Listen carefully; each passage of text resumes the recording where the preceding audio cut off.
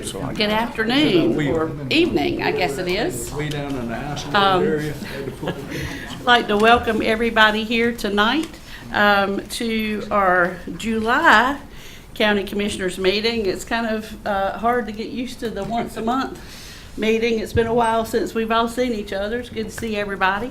And welcome everybody that's here. At this time, I would like to call on Chris Kelly, who is our Salvation Army of Lee County Service Center Director, to offer our invocation and lead us in the pledge. And then after we sit back down, let him share a little concern we have in the community.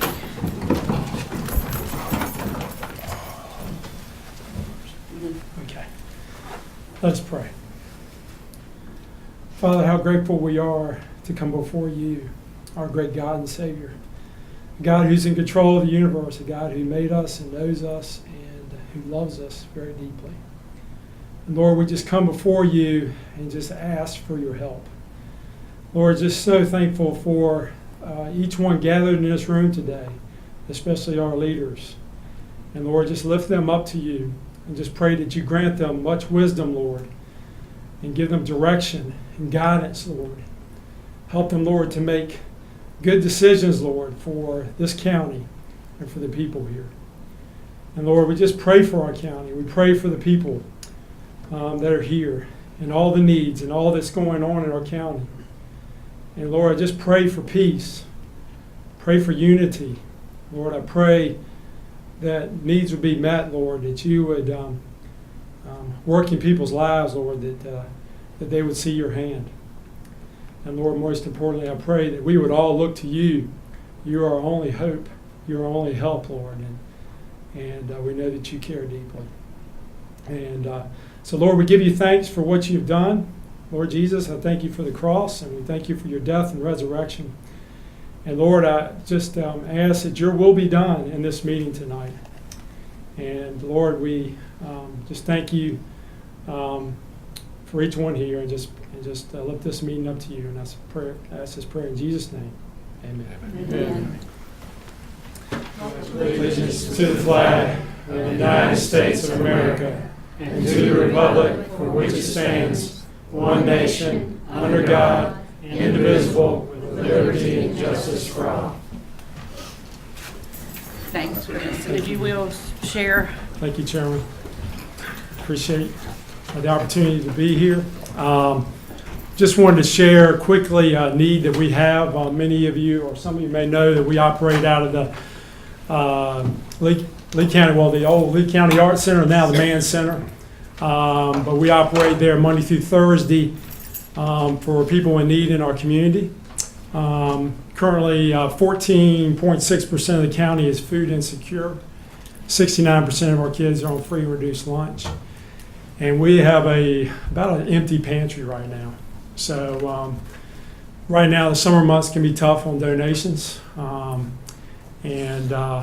even our local food bank is a little dry as well, too. We did get some today, which is helpful. But it'll go quickly. A lot of the kids are out of school now. So we're trying to take care of the entire family and make sure that we can keep food on the table. So I just wanted to make that need known, and any support that you all can give, and just letting that need be known in the county and where your churches and organizations, and any help we would greatly appreciate it, whether it be monetary or non-perishable food items. We operate Monday through Thursday 9 to 3. So, but we are thankful to be able to serve. And we also do clothing assistance, financial assistance, and doing programs to help people get back on their feet and hopefully, Lord willing, become self-sufficient and productive members of our community. So just appreciate what you all do. And thank you for the opportunity to pray and just to state this need tonight. So Thank you. thank you. Thank you. Thank you. Appreciate it. Take care. Thank you. Yep, when I got back into town, that need was brought to my attention, so I felt like that would be good for us to just let the community know. As he said, we've got kids out of school, so that seems to stretch our local pantries, Salvation Army and CUOC. a lot. Okay, are there any additions to the agenda? Madam Chair, I have several I'd like to add to the consent agenda. Okay. Okay. Over under new business, without objection, I would offer A, the request for the proposed clinic fee increase, the request for approval of a bid for, that's item B, Okay, item C, okay. If I may interrupt, C and D, just, if we can remove those from the agenda, they came in under the 20,000. Under budget, so we don't need approval anyway. all right? Okay, so they can be removed. Is that okay? That's fine. Okay. So A and B to consent, C and D removed. All right. Okay? And I'm basing this on my memory. We've discussed E in the past, and I feel that that ought to be moved to consent without objection. And the only other, of course, I'm fine with the tax collector's settlement, unless just one of the board members wants to specifically discuss that issue. Does that have to be done? That has to be The only done. thing we thought about with the tax, there's multiple approvals in that. Yeah, there's several motions. I'll do them all. But anyway, let's get that Okay, one. And we'll be quick. All right, the other request I would make is that under item I, the county attorney's going to be up pretty soon on an old business with another property piece, and we just move I over to, I get item B, H. Yeah. Okay.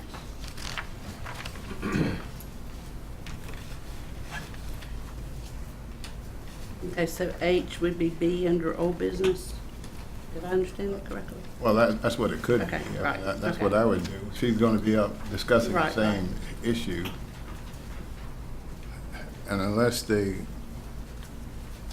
finance director has a need to come up on her issue, I'm fine with the consent under that change. The purchasing contract? Yes, we're only, And I. I'm fine with it. and Okay. if Mr. Crumpton has concerns or wants me to. so I'd move that to consent. Okay. So, under new business, item A, item B, item E, and item I would go to consent. That's correct. Item C and item D are stricken from the agenda because they came in under budget and need for approval. Correct. And item H, under new business, would become item B under old business. Correct. Okay. Wow, you just mastered the agenda for tonight. What old age does. Commissioner Reeves. That's Longevity. wisdom and experience. Okay, any other additions or changes to the agenda? Okay, all those in favor of the motion say aye. Aye. Opposed? Okay, very good, thank you. Thank you, Madam Mhm. Chair. Okay, approval of the consent agenda. A little longer than it initially was, but Move to approve. any discussion or questions? All those in favor say aye. Aye. Opposed? All right. Okay, and at this time, we don't have, thank you, folks. We don't have any public comments this evening. Okay, so now we'll move into the presentations from the firms participating in the opioid litigation. Ms. Parrish. Sure, if you want to go ahead and call me. So in your packet, actually in the packages from May 21st, at that meeting on May 21st, the board first instructed staff to submit requests for proposals in order to see if the board was interested in filing suit or getting involved in the opioid litigation, which we all know anytime we turn on the news, the epidemic that exists, and the different counties and cities across the United States who are filing suits against manufacturers and distributors. So we received two oh, sorry. Please can help us. Sorry, she's got to call in one of her partners, so that's what she was trying to say. So today you're going to hear from both law firms that submitted the responses. We have asked that each firm keep their presentation to no greater than 15 minutes, and then we'll allow an opportunity for the board to ask questions. Staff, we have spoken with both firms or consortiums of law firms on multiple. Hi, Krista, it's Amy. I'm putting you on speaker. Hey, Krista, it's Whitney. I'm in here just giving a little bit of introduction to the board. Okay.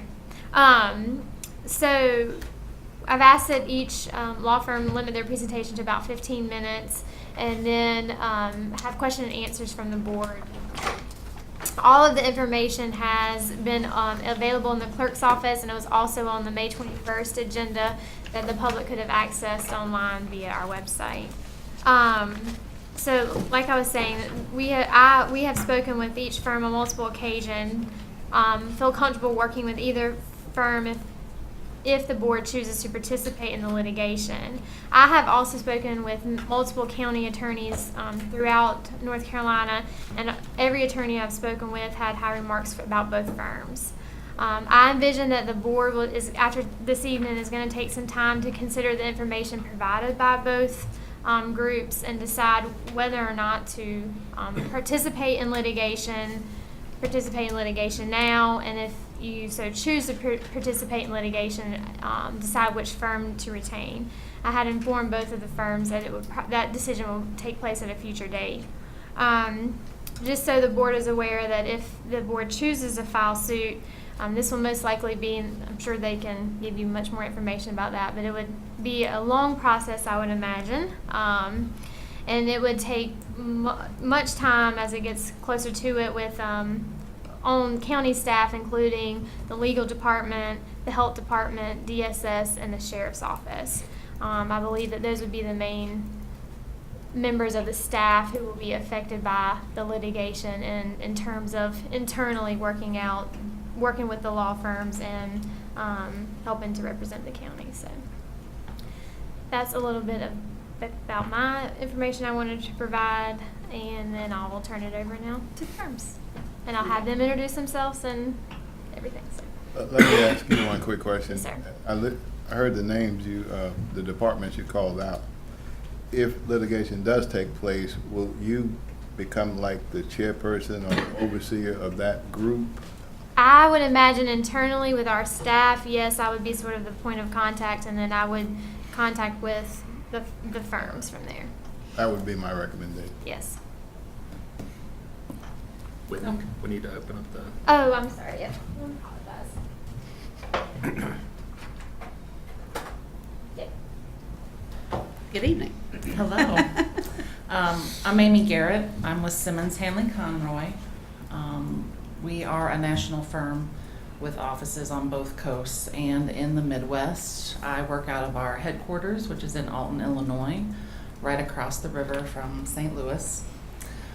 We are working on these opioid cases with two other firms. One is Kruger Dickinson, who Whitney has spoken to several times about the litigation and the role the counties are playing in it.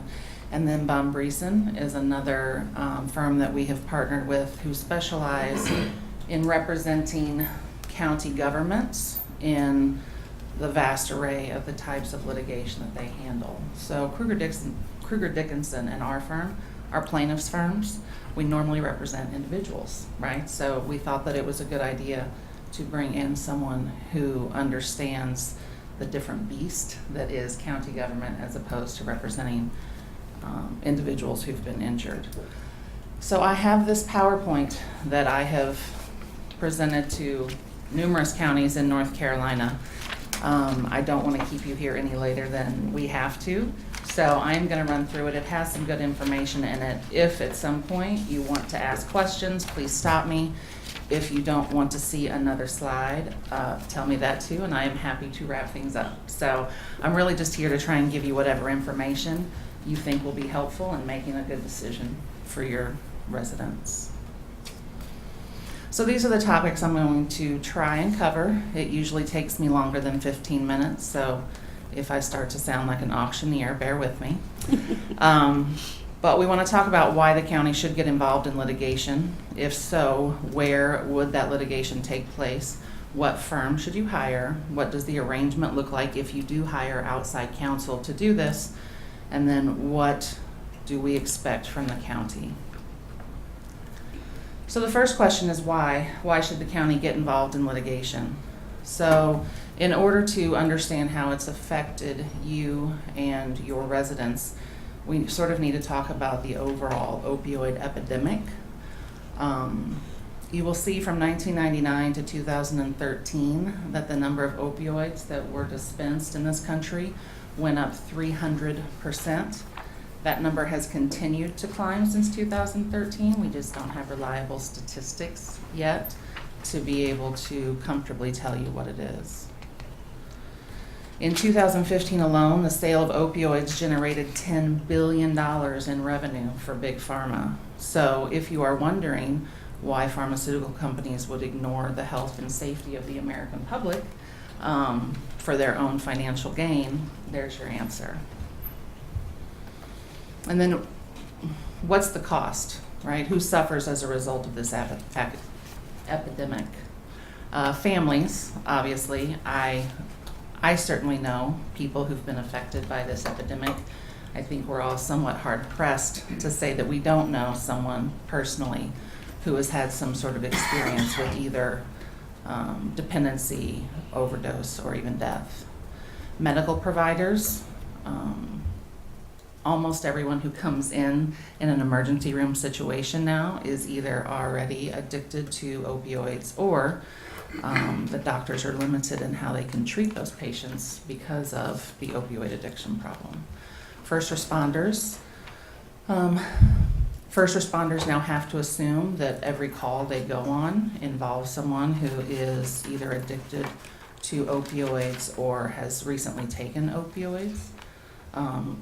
Sort of the evolving trend now is that first responders are having to be treated for overdoses because just touching the patients or being in the rooms where they have overdosed, especially if it's fentanyl, there's so much drug there that the first responders are overdosing from treating these people. So first responders are now being given Narcan to counteract the drugs.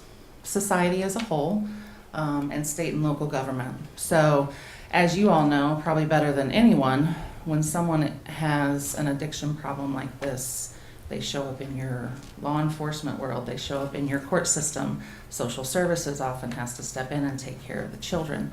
All that is a financial burden on the counties that simply didn't exist before this opioid crisis began. Again, I will defer to your knowledge on these different areas that it's costing the county. But this is what we've seen across the board with the different counties that we've met with during the course of the litigation, the different areas that have been affected. And what's the cause, right? How did it start and why do we think that the opioid manufacturers are responsible for it? And essentially, they lied to the medical community and the American public. Starting in the mid-90s, they decided that they wanted a larger piece of the pain management pie. Opioids for years, for decades, for centuries, frankly, have had a limited use for end-of-life cancer patients because there's no other way to manage their pain. And if they get addicted, there's really no downside because obviously they're at the end of their life anyway.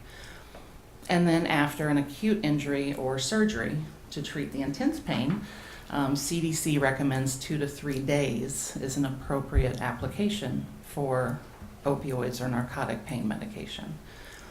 But in the mid-90s, the pharmaceutical companies worked in concert to start trying to convince the medical community that opioids were safe for the treatment of long-term pain. knowing all the while that that was absolutely not true.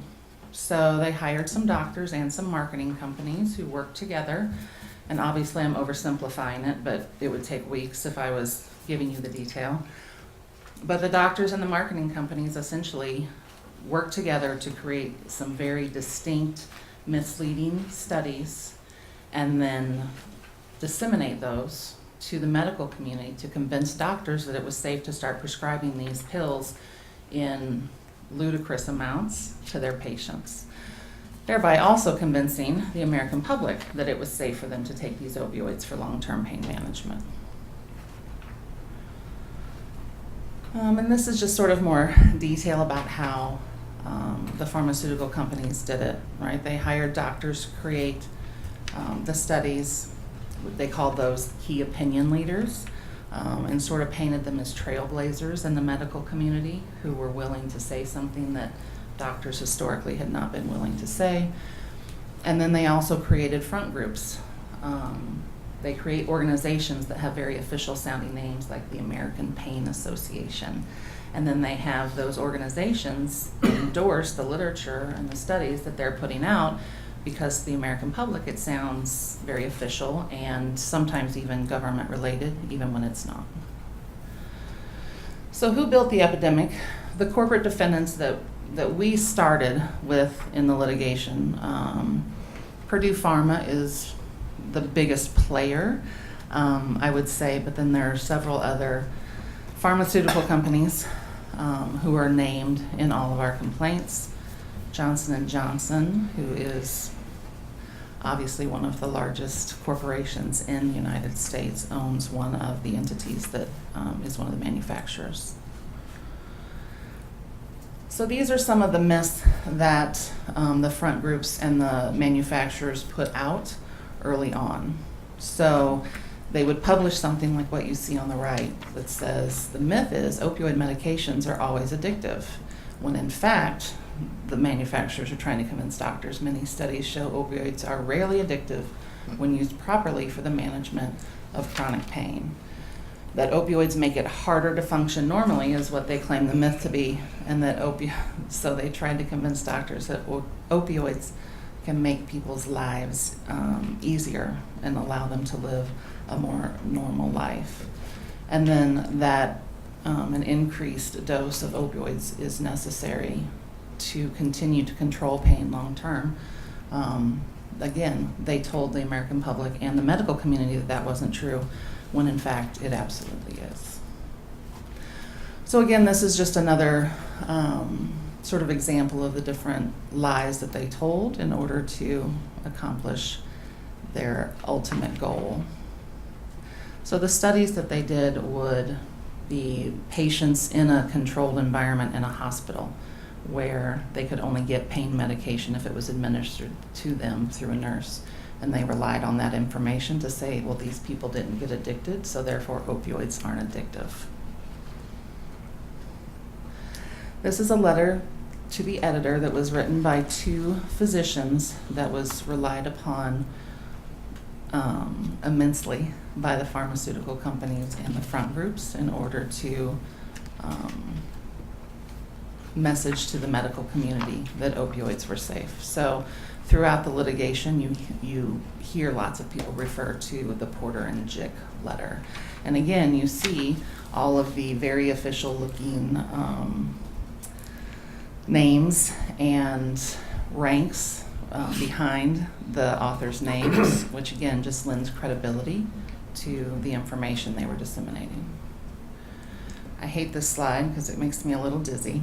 But it's supposed to show you, maybe I can, oh look, I love laser pointers. So again, these are the manufacturers, right? These are the companies who actually made the drugs. These red sort of cross-looking boxes are the four doctors who they refer to as key opinion leaders, who were the ones that they relied upon to sort of lend credibility to their message.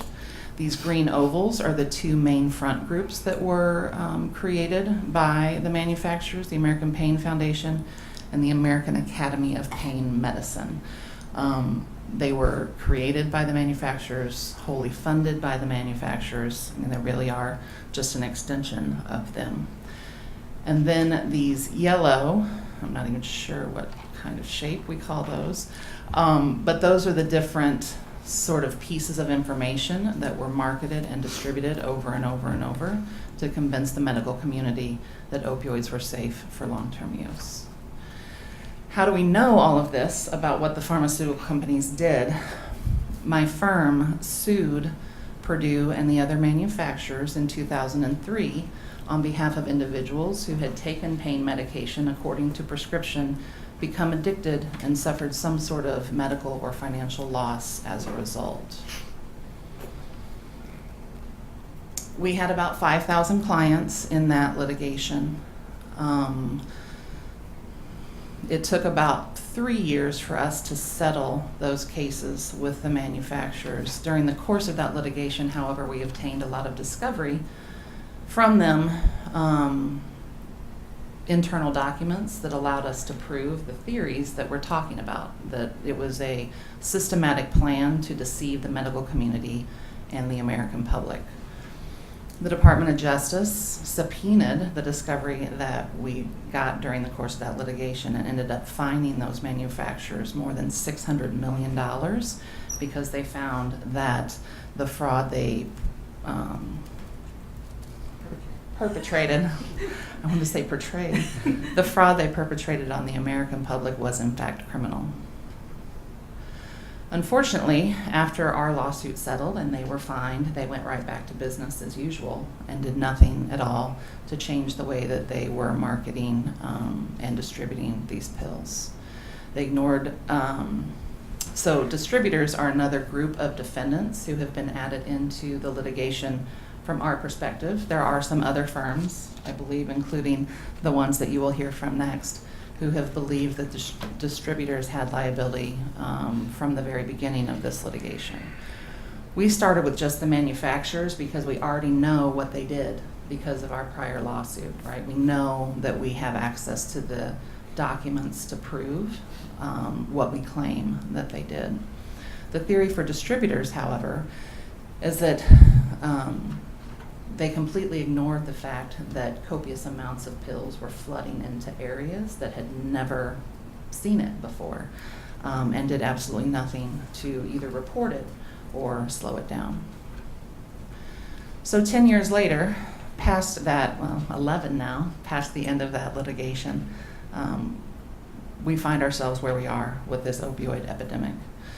About 3 years ago, a county in New York called my partner, Paul Hanley, who was the one who handled the litigation previously, and said, we Googled opioid litigation and found your name, and we see that you sued these companies before. We're drowning in expenses from people who are addicted to opioids. Do you think there's anything you can do for us to recover this money from the bad guys? So Paul filed suit for them. It probably was right at 3 years ago, and then we have sort of snowballed from there. There are hundreds of counties across the country who have filed at this point. Krista, my partner who's on the phone, can probably give you the detailed numbers because she remembers things like that in a freakish way. So Krista, save that for the end, please. But the whole point of the litigation, right? We want to hold Big Pharma financially responsible for the havoc that they're wreaking on these communities. We want to change the way that they market these opioids, and we want to send a clear message to the market, not just these manufacturers for these drugs, but all manufacturers of things that affect the American public, that the government will not idly stand by when forced to spend tremendous resources on a mess that's caused by others. Because essentially that's what's happening. Your budgets are having to absorb all of these additional expenses. So the litigation's, in theory, going to focus on two things: past damages to counties and abatement of the epidemic going forward. To date, nearly 1,000 counties and cities have filed suit. More than 750 of those are in federal court, and there are about 150 in state courts. So we have consolidated state court litigation in several states where there are local defendants: Pennsylvania, Illinois, New York, and Connecticut. But all of the other cases across the country that have been either filed at the state court level or federally have been consolidated in front of one judge in the Northern District of Ohio through a process that the federal courts have called multi-district litigation. So that judge has been incredibly aggressive, and that's why Krista isn't here in person, because at the rate we're going, we're supposed to be taking about 40 depositions a week in order to meet his deadlines. So lawyers are running around with their hair on fire right now. So North Carolina is not one of the states that has a local defendant, and there is no consolidated state court case here. So I would expect, if Lee County signs, that your litigation will be filed in federal court here in North Carolina and then transferred almost immediately to the MDL.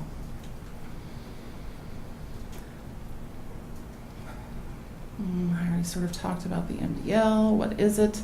Essentially, the federal courts across the country say if there are cases in all of our courts that are all going to have similar facts, it's silly for all of us to try them individually. So we're going to put them all together, have a group of federal judges decide where they should go, and send them all there so that there's some consistency nationwide.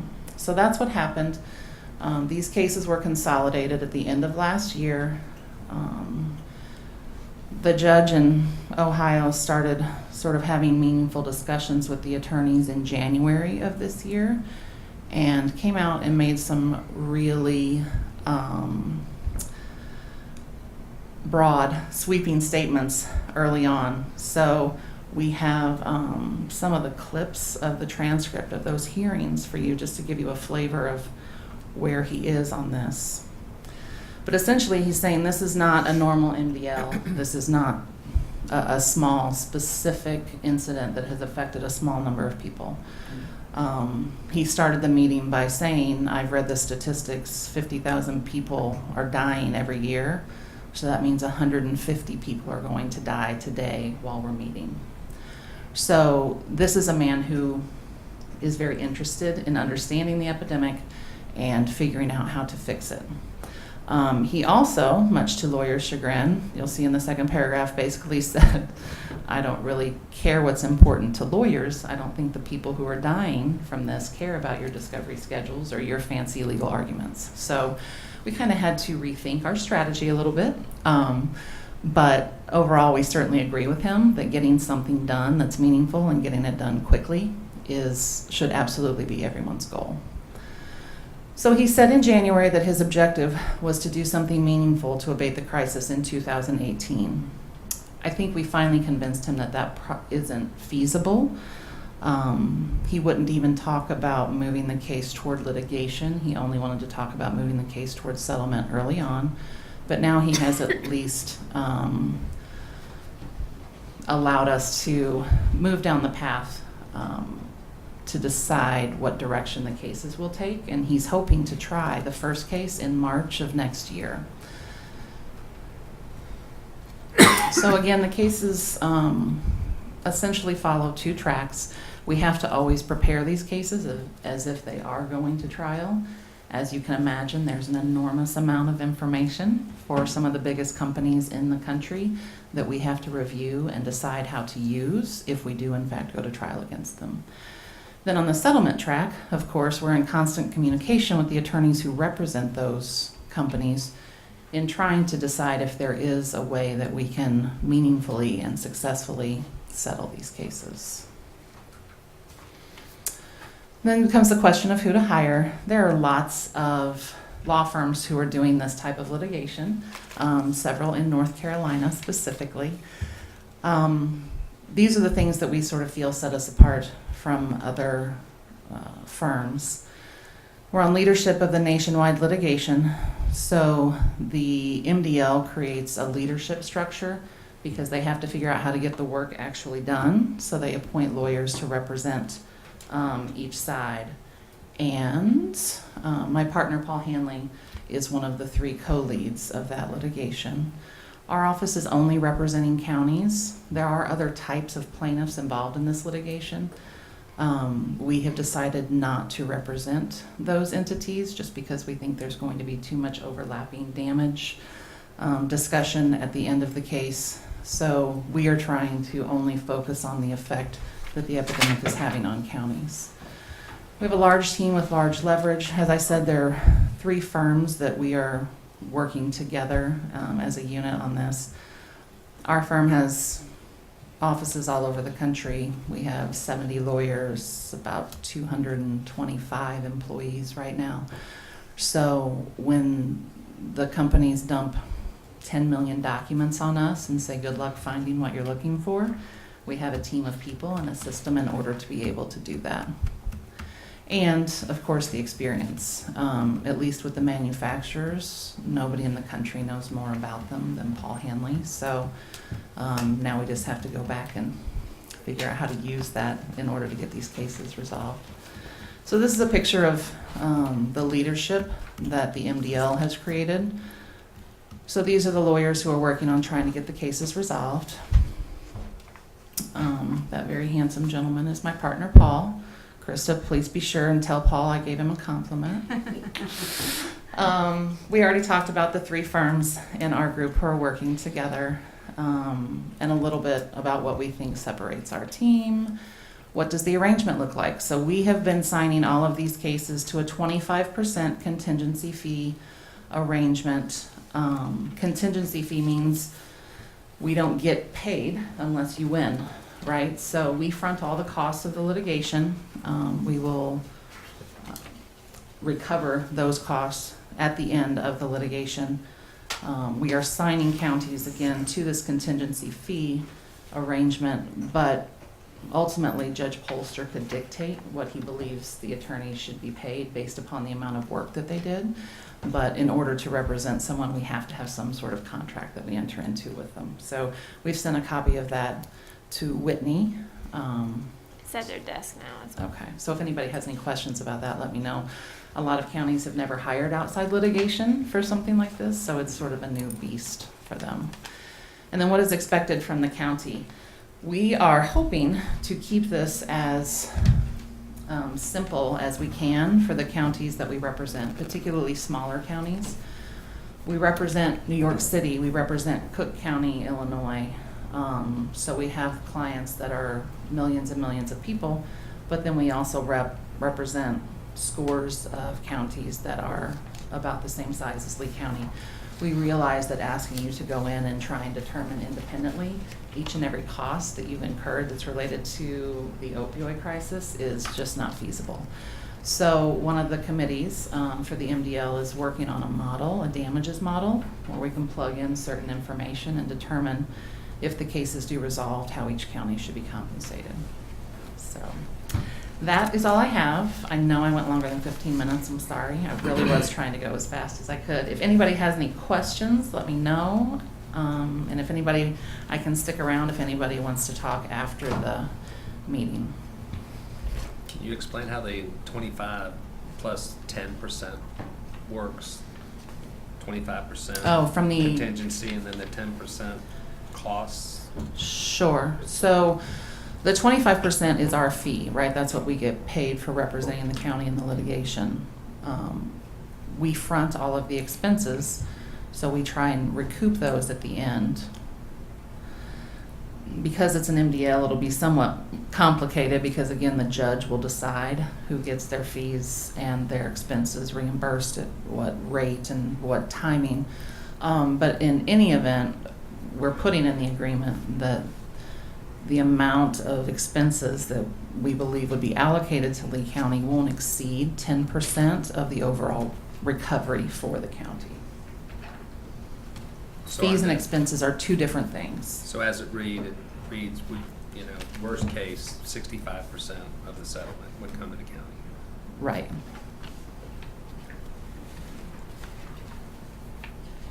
Any other questions? Amy, and if the board were to go with your firm, what would be your initial first steps?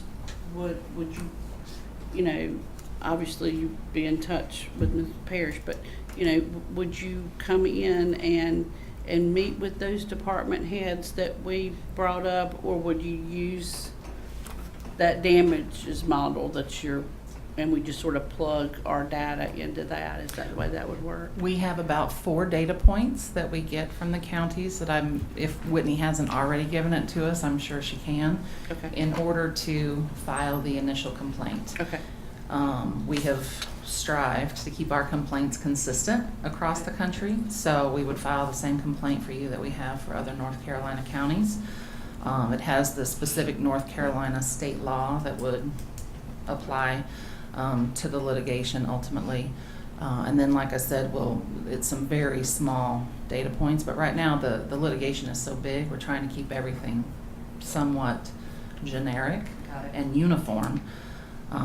But yeah, so initially there would be virtually no information that we would need from those individual Okay. departments.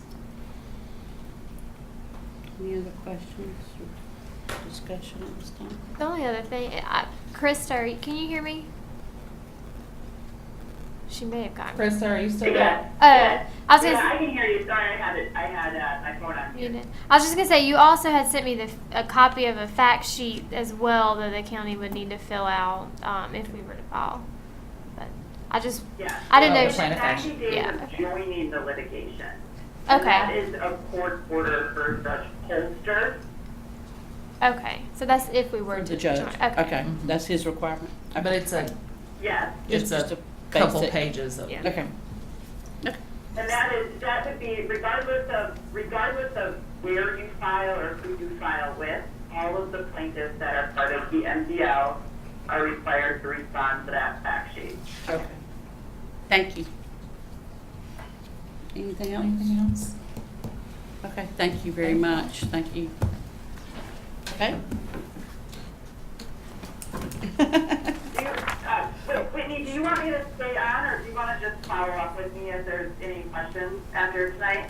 That's up to you. We're gonna hear from the other firm, so if you want to stay on, or I can follow up with you at a later time, and then if more questions come, I can get with you. If you have things to do, it's fine. Ain't your partner still here? But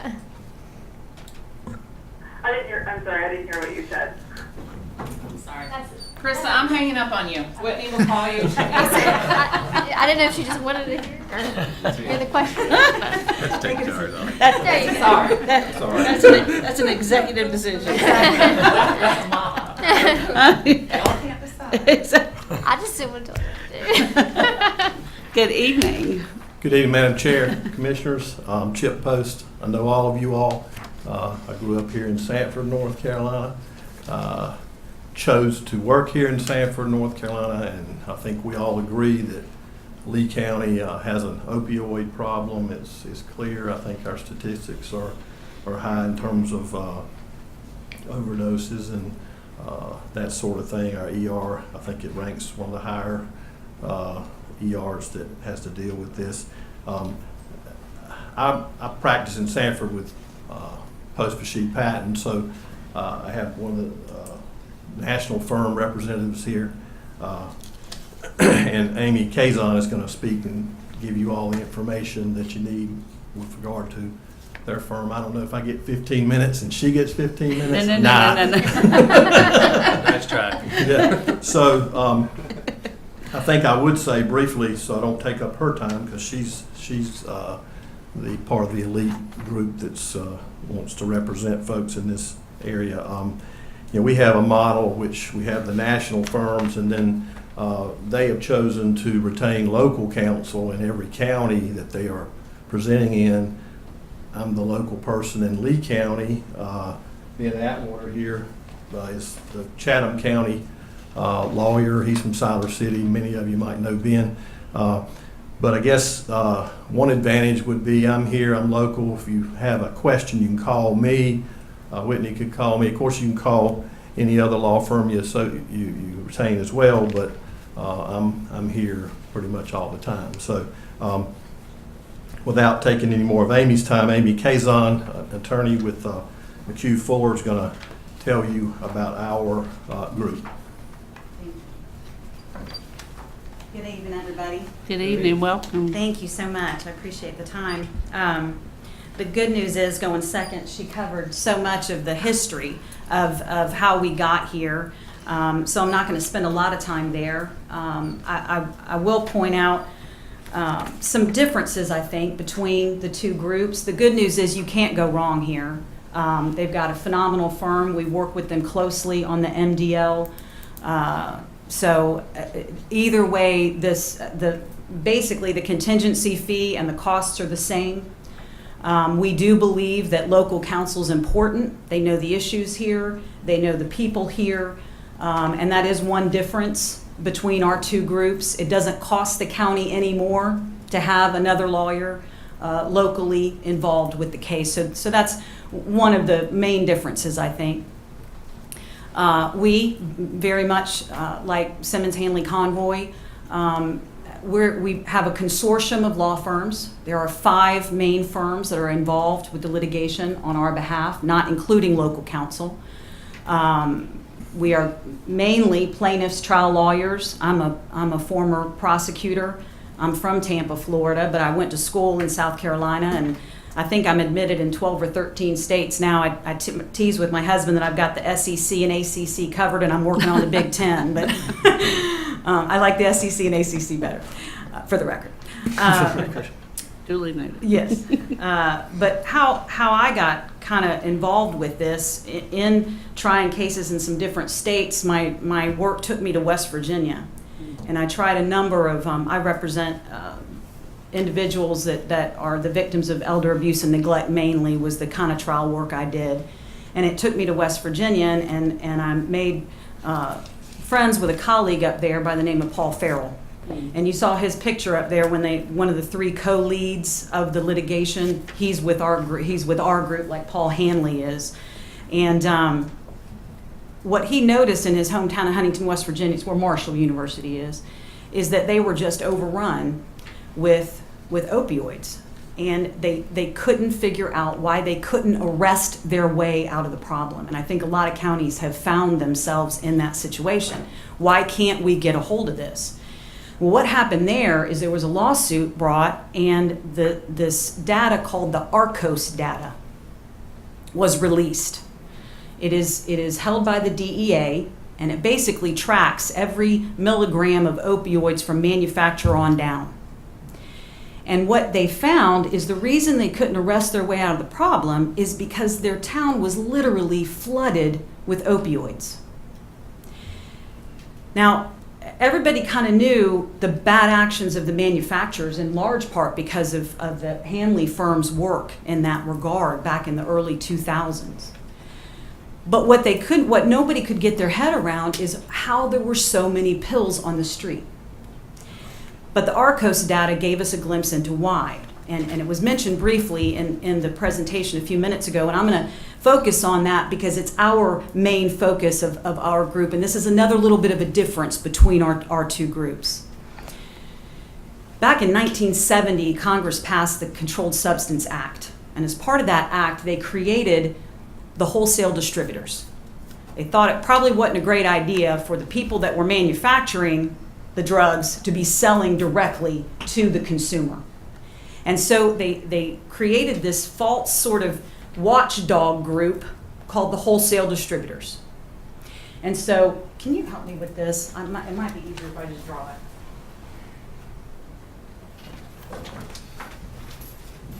Whitney, you don't have a big level. Oh, you do.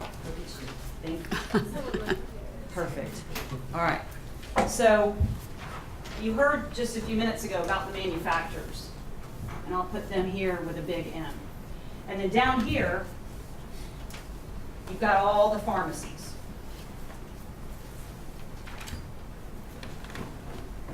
Right in the middle are the wholesale distributors. So manufacturer manufactures it, then the pharmacy, when they have a prescription, they call the wholesale distributor. Wholesale distributor gives it from the manufacturer and sends it on down to the pharmacy. Now and this is a golden ticket. The 3 main distributors in the United States are McKesson, Cardinal Health, and AmeriSourceBergen. They're not Fortune 500 companies. These are Fortune 15 companies. One distributor, one of the main ones, has more money than all the manufacturers put together. And all they were doing was distributing, not even making the drugs. So what they found with the ARCOS data, and it's ARCOS, and it stands for, something the DEA gave initials to. What they found is that, well, to get the golden ticket, the Congress said, all you have to do is make sure that we don't get into an epidemic. So if you see orders of unusual size, orders of unusual frequency, orders that don't fall within the normal pattern of that pharmacy in Huntington, West Virginia, you got to stop the shipment, you got to investigate it, and you have to tell the DEA about the suspicious order. Well, I'll give you one example. When the ARCOS data came out in West Virginia, in that town of Huntington, with a population of 100,000 people, 5 years straight, the wholesale distributors were dumping 6.4 million pills a year for 5 years straight, with 0 suspicious orders being reported. So the reason people can't get out of it is because we're literally flooded with pills. So our focus from the beginning, because of what we had the data in West Virginia, was on the wholesale distributors. Now, we brought the manufacturers in, but under a little bit of a different theory.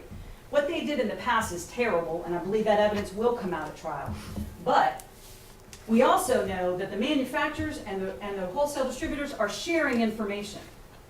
Manufacturers know exactly where their pills go. Sure. So, and they, under the Controlled Substance Act, have the same exact duty under the law to report suspicious orders. So we call it the diversion theory, and that's kind of what we're focused on more in our group, in our consortium. And I think it's a great RICO claim. We've also brought a RICO count because basically, and just one final thing, the DEA sets the amount of opioids that can be manufactured and distributed in the United States. There's a quota, a cap. So by not reporting suspicious orders, by failing to do what they were supposed to do under the law, they kept that artificially high. Because if they were reporting suspicious orders, then the DEA would say, well, obviously these aren't medically necessary. We're going to lower the amount that we're going to allow you to manufacture and distribute. And that would take money right out of their pockets. And so the RICO count is basically that they broke the law by not reporting suspicious orders, and the reason they were doing it was to try to keep that quota artificially high. So how accurate do you think the ARCOS data is? The ARCOS data, we finally got it through the efforts of the MDL. We started fighting for it day one, at least our group did, because we thought it was extremely important to this story. And ultimately, Judge Polster gave us 5 states. We put it on a server in Washington, D.C., and we had people way smarter than I am go through it and get it into a readable fashion. And with certain exceptions, because there's going to be problems with all data, I would say it's very accurate. And now what we're doing is we're overlaying the suspicious orders or their lack thereof on top of that data. He's now, Judge Polster, because he saw how important the information was, once we got it and we showed him what we could do with it, he's now ordered it for the entire nation. So we have it for everybody now. Yeah. So anyway, that's kind of our focus more so than what we call the marketing theory. Now again, I do believe that evidence will come in, all the bad actions of the big pharma of Purdue and some of the others for purposes of trial, but we just think this is just a stronger theory. Likewise, we believe the damage model is both past damages, but I think more importantly, and from what all the experts have shown us, the greater damage is healing and is getting the community back to where it was before. Whether that's with addicted babies, we don't even know what's going to happen to to the neonatal abstinence syndrome babies, and their developmental delays and things that might have to be done in the future. But it's basically our damage models, and we're working very closely, obviously, within the MDL with some of the best experts. And I'm sure this is one stat that kind of, I was a little overwhelmed. Can I approach? And, Sure. these are trial lawyer. You know, can I approach, Your Honor? Yeah. And these are Kind just of some, important right now. But Lee's second in emergency room overdoses. Yep. And, which surprised me a little bit, but there's obviously a huge problem here in North Carolina, and, you know, nobody's immune from it. So I think with that, anybody have any questions? Questions? I have one for both of you. I'd just like to know, in any of the counties you represented, has any county had to pay anything? No, sir. No, sir. And there's no scenario in which they will. All right. Yeah, we make sure the contracts are pretty, you know, unless we recover for you, obviously. Okay. I think we now represent about 58 North Carolina counties. And I believe in the MDL itself, we've got, it's over 400. And the only reason I mention that is for purposes of, once costs are going to be allocated, obviously, if you can spread those costs out, as opposed to one county paying $1 million for an expert, if you've got 400 counties chipping in for that expert, it's helpful. So. How much time does it require the local, like our attorney, how much time would it require of her? You want to answer that together? Sure. You can, not much. I would at least agree. Initially. Especially initially. We've got, so the bellwether case that the judge has set that was mentioned earlier in the presentation, the first case that's going to be tried is Cuyahoga County, which is where Cleveland is, the city of Cleveland, Summit County, which is where Akron is, and the city of Akron. There are certain areas in which, for instance, if it's a large metropolitan area and you've got like a city of Cleveland, they're going to have their police force that's also, you know, it's not just all county, and so they're kind of together going forward in that trial. And so those are the first.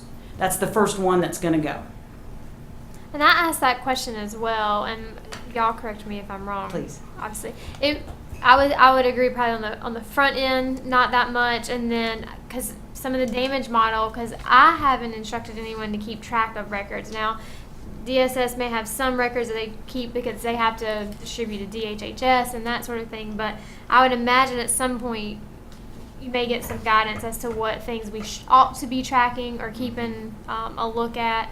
And then, of course, if we ever get to a trial, then that would be when both groups would come in, and that's when we would work with all of the witnesses, the county witnesses, because you would experts, obviously, but then you'd also have to have people on our end to also present the evidence. Yeah, we represent the city of Cleveland, and that's one of the things we're doing right now is representatives from the city are being deposed, getting ready for the trial that's coming in March. And so we'll have a good look at exactly what's going to be necessary by the time we finish up in March. So that could happen Yes. if it were to go to trial.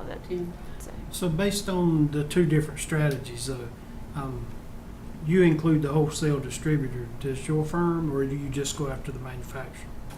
Well, all that's have what's them included interesting now. about the litigation now, regardless of how we all start with our own theory, because they've all been consolidated now, there is one complaint that we are all working from. Okay. With Judge Borton. With Judge yes, Polster, with yeah. Judge Polster, yes, ma'am.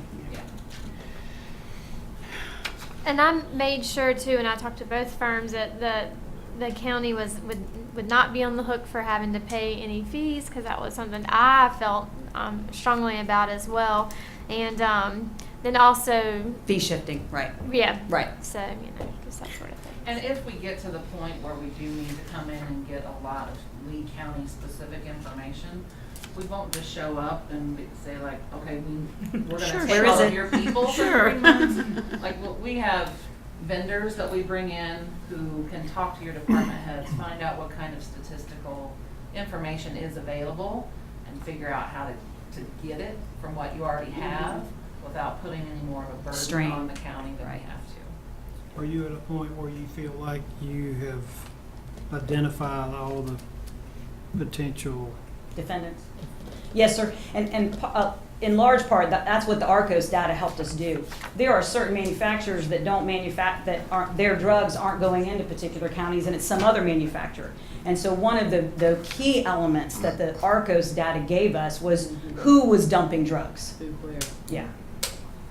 That's why I was asking the question earlier. How about how accurate is ARCOS? Yes. Because Now- I've heard the comment that the data, or that people weren't collecting the data or populating it as they should be. I work for Pfizer in full disclosure, so. Yeah. Oh, sorry. So you have an inside glimpse into No, it. I mean, the insight I have from this perspective is the opioid forum that we've had here in the Yeah. county. And, Sure. Well, I think it's safe to say that even if the database is not accurate, it is a conservative Yes. number, Yeah. right? The Yes. only way it could be inaccurate is if there's actually more pills that have been coming out that people weren't reporting. Right. which is what I would expect. Yes. What exactly does that Staggering. M20 represent? On your handout you gave us, I gave all mine away. I'm going to look at yours. I just look at right there, M20.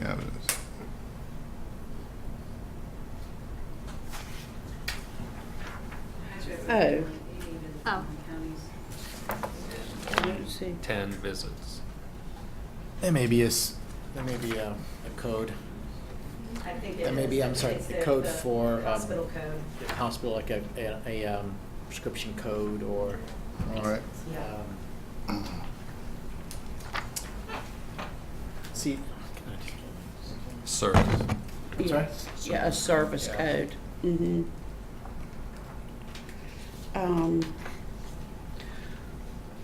So you have 58 counties in North Carolina and 400 for the MDL. Yes, ma'am. How about you guys? We don't have as many North Carolina counties. Right, right. We have about, we probably have about 300 Okay, well, I mean, that's fine. I mean, it doesn't have counties to be. roughly, but we have a lot, like, we're co-lead on the New York consolidated cases and the Illinois consolidated cases and Pennsylvania and Connecticut. So we probably have more cases that are in state court still. Than we If I- do. yeah. Most of ours are in the MDL. So I guess, and I mean, I know this is a lot conjecture on your part, but just to get your answer for curiosity. I won't make you go first.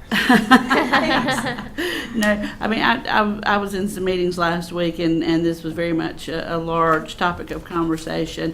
And I talked to other counties across the country that, you know, are members of the litigation now. And that was one of the things that we were curious about, maybe a little hopeful about. Some of us participated, for better or worse, in the tobacco settlements Yes. way back in the day. And for those of us that are old enough and been around that long, this reminds us a lot of that situation. And as counsel and I have talked a lot, you know, what we decide on in this situation, you know, is something that could possibly go on for years, like the tobacco settlement did to get things shaken out. However, one of the things that I heard last week is what I've heard from y'all is that this judge is no nonsense, and he is, you know, he's not wanting to drag his feet. So with that many municipalities and counties, you know, collectively in the MDL, you know, I mean, do you have any sense of once he hears the first few cases, if there'll be a stronger push to bring everybody to the table That's because of the, you know? yes, I think that's the goal. Obviously, you're never going to get the defendants to pay money without the threat of trial. Sure. And the Oh, judge knows absolutely. that, right? Absolutely. And so, he basically has a settlement track and a litigation track. He is more interested in the settlement track. It is as complicated as the litigation is, because you've got states who have Medicaid, money that has gone into it, but you've got the counties who have suffered their own separate damages, and from the defendant's perspective, obviously they're going to have to know that if we settle, it's done. And getting to that point, that critical mass, or whatever that may be, is I think what Polster's looking towards and trying to get to. Okay. But if they're going to be obstructionist, if they're not going to take some of the even equitable remedies that they're trying to do right now with, I'll give you an example. Purdue supposedly fired their sales department, but we just took the deposition on Thursday of a Cardinal marketing person who literally markets for the manufacturer. So the wholesale distributors are marketing to the pharmacies and the physicians on behalf of the manufacturers. So yeah, Still. fire your sales force. Just use the wholesale distributors. I mean, But the manufacturers don't tell us that, right? They Sure. just say, we fired the sales force. Yeah, right? okay, yeah. Well, I mean, that was our discussion last week was, certainly, the health concerns of tobacco products, but, and I don't mean to sound cold-hearted or anything, but that was something sort of over time. Right. That could impact somebody's health. And this, in many ways, is a different situation. Killing people every day. Every day, and it's a rapid decline. Yeah. So that's what the concern was for a lot of counties, was that it could be fast tracked as much as possible. But I know there's lots of moving parts. But he's trying. I will say that he's definitely trying to get this thing. He wants resolution, and so I think we were talking when we spoke the other day on the telephone, and the question was put to us: Is there any deadline by which we need to make a decision? And Right. the quick answer is no. There hasn't been one set. But again, I think that if I were the judge, there's going to have to be a time when, again, you're like, all right, now everybody knows what the problem is. Yes. Now your statute of limitations is starting to run. Now, either put up or don't, so. Well, and other people have drawn the parallel to tobacco litigation. Sure. In that there were states and counties who weren't involved. And after it all came down, said, well, we have the same damages as them. We want recovery. And the judge said, too bad. Yep. So Yep. I think that we can say, everyone we've met with, we've encouraged counties to get involved, regardless of who you hire, regardless of where you are on the political spectrum. This is moving forward, Yeah. and we hate for counties to miss out on it, just because they didn't say Delays, yes in yeah. time. Right. Another thing I'd like to add about the tobacco litigation, this is different if you get in this and that. Any recovery, you all get to decide how Exactly. the Right. recovery is. Oh, You don't have the state or some foundation telling you what you get and how to spend it. completely Not yet. understood. Well, yes, not yet. Yeah. Well, and I will say, I don't think either one of us has made this point. It will always be up to you whether or not to accept a settlement. If the court comes to some resolution and says, this is what I think is fair, Lee County can say, we don't. And then the case would just be transferred back here to try the case in North Carolina. But it would still be federal court. in It would North be Carolina. federal court, yes, Right. ma'am. Okay. And normally what they do in that situation is the defendants will say, well, we want at least 95% gonna settle the case. And then we'll go deal with the outliers who weren't happy with the settlement. So that's normally how that kind of thing works. Okay. Yep. All right, well, we sure appreciate y'all's time. Y'all tell Yes, your sir. judge that one man in North Carolina will vote for him. I don't care what his party is. I like the way he talks. Yeah. But this is a trivial question, just one that sort of irritates me, in that this whole process, I think part of the process includes looking at the number of these prescriptions that are filled in Lee County. Well, you can get a prescription in all the other 99 counties and come to Lee County.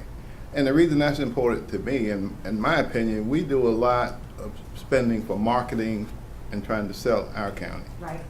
And at any point, do you break down where these prescriptions are coming from, if you understand what I'm asking? Yeah, the migrating prescription is a more difficult. We can do Okay. it. Yeah. They do keep track of addresses. Right. You know, when they fill a prescription, that kind of thing. But we have difficulty with it. I'm from Florida, and we supplied most of the opioids for the Southeast for Right. years with our pill mills down Right. there until they got shut down. And now we do know that because we can track the address of the person filling the prescription. So the answer is yes, it can be done.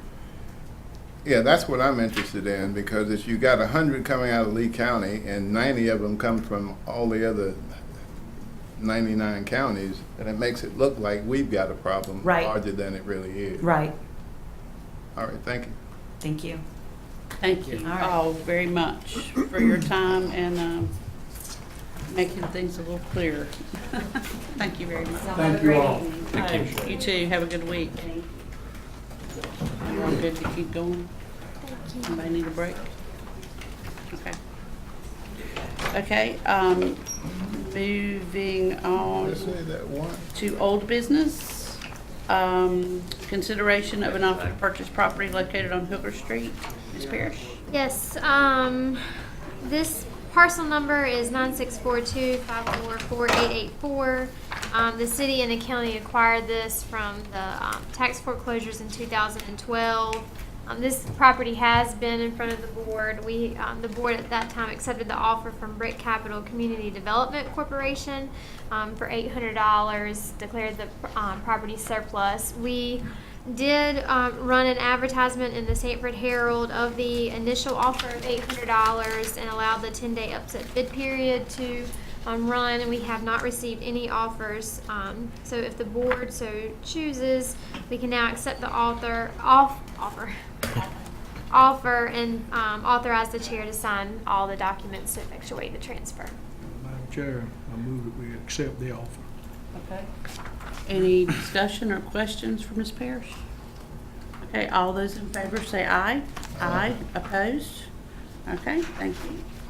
And now we'll move to what was item H on our new business, consideration of an offer to purchase property located on Lemon Springs Road. Yes, so the county foreclosed on this property. That PIN number is 95491777784. The picture of the parcel is in your packet. It is just a vacant lot. What is owed on that property is $6,221.95. It's just county-owned property because it's not within the city limits. The current tax value on that property is $13,000. Charlie Martin has submitted an offer to purchase the property for $1,000. He submitted the requisite 5% deposit and advertising cost. If the board so chooses, authorize the property to be deemed it surplus and the bid offer to be advertised in the Sanford Herald. Do you happen to know where that property is actually located? I can't quite figure out. Yeah, it's the road in front is off of Joe Matthews Road. Joe Matthews Road runs this way, and it's a empty parcel right across. I guess maybe this doesn't show a good job of it, but Joe Matthews Road runs down beside Lemon Springs, down by the railroad tracks. Yeah, I don't know. I pulled it up. I believe you. I can pull it up on here if you would like me to find it on GIS. That's not that important. Okay. I'll find out. I just like to, when we're doing things like that, I like to know exactly what the properties are. So It's in your doc. It's just not very clear. Yeah, it's not clear. We don't own anything else around it, do we? Or do you know? I don't know. I don't know that I pulled. I know I didn't look to see that. Okay, thank you. Okay, so do we need two separate motions? We can You can combine. combine them, because it's all in the resolution, the Okay, deemed surplus. so it would except need the to be offer. determined surplus and then,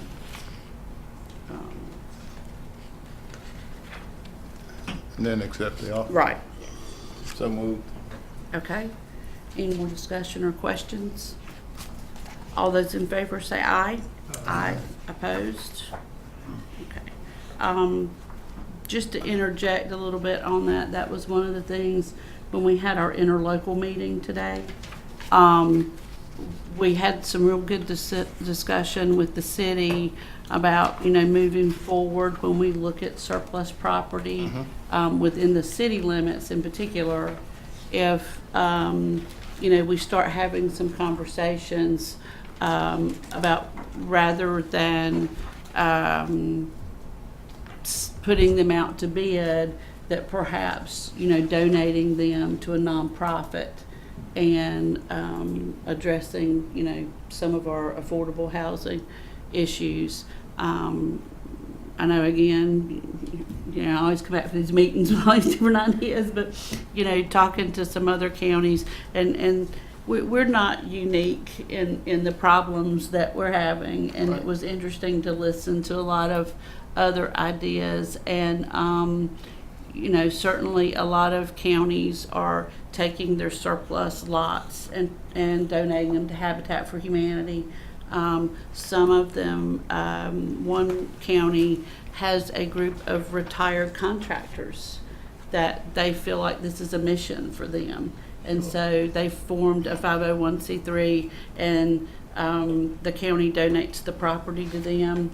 And I mean, they've built homes and, like multi-family units and that type of thing on surplus property. So just something for us to think about, as we move forward. Well, that's part of what we talked about on this particular piece of property. It's trying to donate it so that we can do something about affordable housing. I keep insisting that economic development brings about a need for housing for people who are not making several $100,000 a year. Yes. The folks who actually do a lot of the physical labor will have to have somewhere to live. And Well, and, especially if we get some of the announcements that people are talking about over the next year or so, Chatham Park opens up, the area's gonna grow, and we want people to live here. But we've got to provide something. I mean, we had this discussion after our meeting today, a couple of us, that, even our teachers and firefighters and police officers, with the salaries that they make starting out, it's very difficult to purchase a home when, a lot of the homes being built are $200,000 and $300,000 or $400,000. So, okay.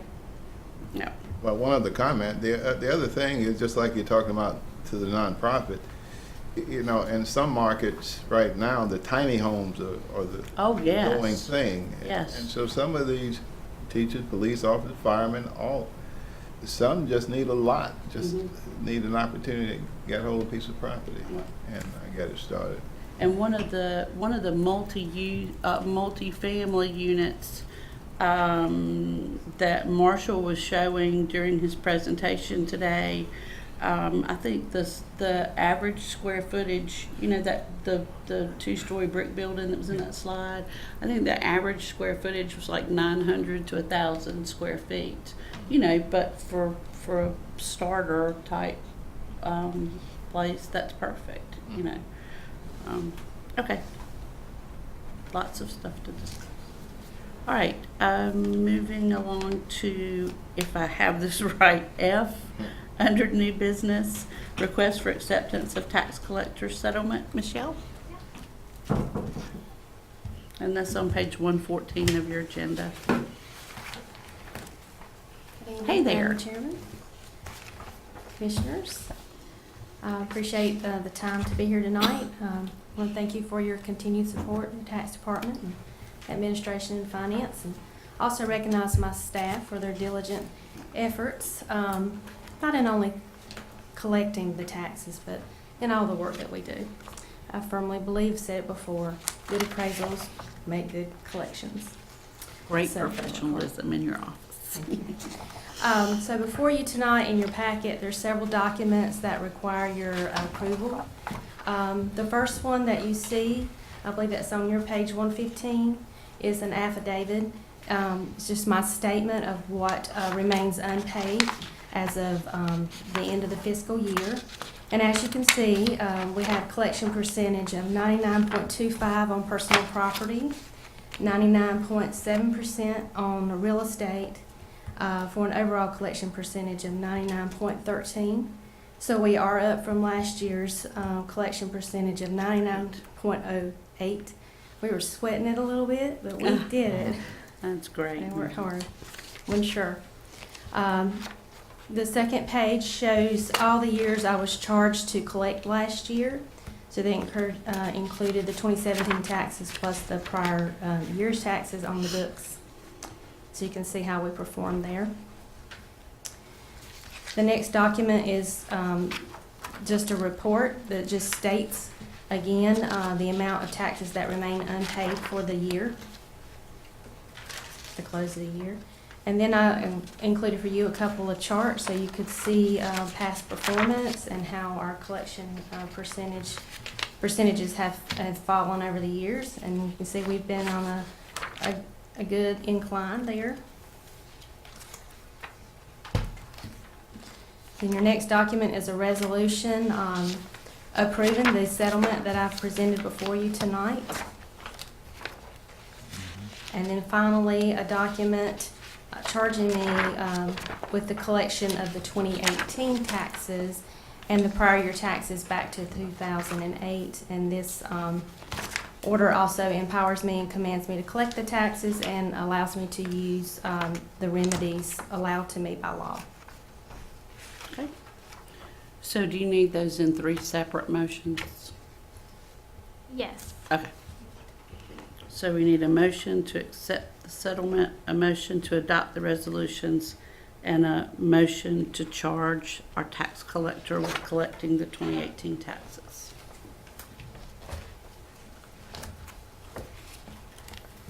Well, I'll do all 3. Just say so Yes. moved. Well, Robert just said he'd do all Okay. 3. Well, So. there Okay, so on the motion to accept the settlement, is there any questions or discussions on that? Okay, all those in favor say aye. Aye. Opposed? Okay, on the motion to adopt the resolution, any discussion or questions? All those in favor say aye. Aye. And the motion to charge the tax collector with collecting 2018 taxes, questions or discussion? All those in favor say aye. Aye. Thank you very much. Thank you. That is Seriously, thank you very that's quite a job. Yeah. That's impressive. Thank you Yeah, very much. It really is. yeah. Please pass along to your staff how much we appreciate them as well. Thanks, Mary. Okay.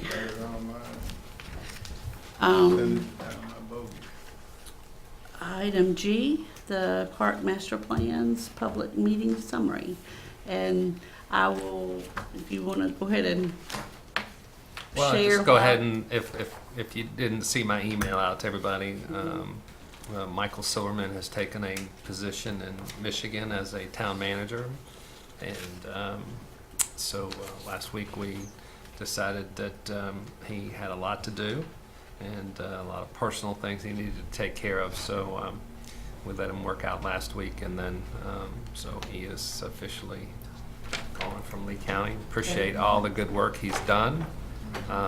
So I don't get inundated with applications or anything. I've decided right now we're not going to fill that position probably for the rest of the year. So we'll talk in the spring about whether we get back in the intern business again or whatever. So, but anyway, for now we're just going to proceed with what we have.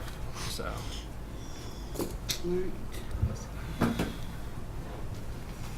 Anyway, he did leave us a summary of the Parks and Rec Master Plan summary from the meeting that occurred. Oh, God. Thank you. On May 29th, here at the Gordon Wicker Room. The meeting was basically hosted by Withers and Ravenel and the Parks and Recreation Advisory Board. And then gave a short presentation to kind of summarize all the parks and proposed plans, and then we had tabletop really discussions. We had 4 stations set up, and the public were able to walk around each station and see the detailed plans. So there was about 40 to 45 people there, and if the weather wouldn't have been bad that night, it was pretty stormy that night, we probably would have had more. But a lot of good participation, and the folks that were there gave us lots of input. So we've already covered that part. So we in the past, when we've done parks and recreation surveys and that kind of stuff, we haven't had a lot of response, unfortunately. But this time we did, and we've also had some response online that has gone to Jamie. But our goals here to improve the health of our community, spend the $2 million of bond money that we have, and spend it in the areas that the families in our area really want us to concentrate on. So just for those who weren't there, at each station there was a layout that showed basic elements of each park, kind of hypothetical pictures of what we could do at each park, and then people could use green dots to put there that here's what we voted for, to say this is what we wanted. So it's interesting. The results were pretty interesting. We'll start with Horton Park. Here was the master plan. Didn't really work out real well on the PowerPoint, but for the slide here. But still have the existing softball field there. There's a proposed walking trail that would go through there. Basketball courts, a mini splash pad. The city is building the mega splash pad. This would be a very small splash pad, and then improvements to the buildings and parking lot, and some enhanced equipment. So we didn't really get a lot of comments on the Horton Park idea. So that made us concerned that we may have to go out into the community and get folks in that neighborhood to give us some comments on what they would like to see there. I've spent a lot of time at Horton Park because of a Boy Scout project there, and I can tell you the shelter that is there gets a lot of use, and hear a lot about doing something with the pool and the park equipment there. Well, I think the splash pad, the mini splash pad, would be a tremendous improvement to activities over there, especially for the kids in it. Countywide. It'd be a very good investment. I'm not sure about the walking trail. It's over near the railroad track. Right. I don't. We'd have to do a lot of clearing, I think, to make that a feasible exercise. Unless, of course, we looked at the ball field and introduced Put something around circle around that as a walking area. Yeah. We already got it. And then there's, we discovered down behind the buildings, between the buildings and the ballpark, there's old tennis courts back there under the dirt. Yeah. Right. So, there was some talk about extending the trail through there, and then there's gardens or something on the back side over there that you can walk by. That's not on our property, it's on somebody else's property. But you can take the trail and run right by those gardens. So they had a little route out there that they described. Actually sounded pretty cool, but it's probably not, the walking trail is probably not the high priority out there. No. So Kiwanis Children Park Master Plan. Now this is an interesting project right now because the city is also working on the Greenway Trail, and the Greenway Trail comes across the property, or was going to come right along Wicker Street. And there were some sightline issues and some grade issues, and we brought those to the city's attention. And so we ended up rerouting the Greenway Trail kind of through the middle of the park, and taking out the lower tennis court and moving it to the other side, and it really worked out well in the design. And of course, this is a park that already has some older park equipment that needs to be replaced. And the idea here was to make a better shelter and bathroom facility area where you could almost be like a trailhead for the Greenway Trail. So there isn't a lot of parking available to get on the Greenway Trail, and if you have bikes or anything like that, it's difficult. So that parking lot would probably be expanded because of the property that the city donated to us. So it was interesting, some of the comments we got here. People really like the outdoor basketball courts that we have and want to see more of them. We heard that at this park. And then, they wanted us to gear, since it is a children's park, gear the signage and the playground equipment more towards the children, kids 10 and under. And then the tennis folks, and there was a group there that's the pickleball group, and they were focused on pickleball here and at OT Sloan. And I have played pickleball down at Riceford Beach, and I will tell you it's a lot of fun. So I can see why they want to expand it, and basically you can put 2 pickleball courts on 1 tennis court. I was noticing the tennis courts. How many tennis courts are there? Look like we're showing about 4 there. Yes, we have 4 out there now, and because of the grants that we've received, if we move or we take those lower courts out, we have to make sure that we have to put them back in place. That's one of those things that LWCF requires from us. So John, if you can go back to that slide real quick, when we were talking about adding some more parking spaces, the existing ones in the top left, and then, you've got Right there. trees, greenery, whatever, yeah. Yeah. Can we just come down a little bit more and Yes, add ma'am. spaces Right in there? here, 'cause Yeah. that's the city's property right there. So that's where we would do that, Yes, ma'am. okay, And then you still have some parking out here on the street over here. right. And then, so the pink area, sort of in the middle, that's playground equipment? Yes, that's the playground area. Okay, so remind me again, what is that little area there? Yes. Yeah, that's smaller playground. Little equipment. playground equipment. Okay, Little- okay. little- I'm just clarifying. The smaller folks, I smaller can't. children. I can't. I'm sorry, I didn't. No, no, lay no, out no, no. well. It's fine. It's fine. I was just making sure I I was will. looking at it I will right. get you all the real book to you Okay. on it so you can see it. And I was just making sure I had that acclimated in my head right. Okay, thank you. All right. The next part was the Temple Park, and there's a lot of discussion right now about how many softball, baseball fields we need versus soccer fields. And this park was one of the ones that was discussed where, if you have a soccer field, you also have a football field. So football field will fit inside a soccer field. And so there was some discussion here about whether we needed to keep that baseball field right there, or softball field. This park was where the designers felt like a couple additional basketball courts would need and some playground equipment. And then we had thought about putting, the open field here where you could put lacrosse goals or soccer goals or whatever, and they'd be more like open use fields. People could also reserve it for practices or something like that.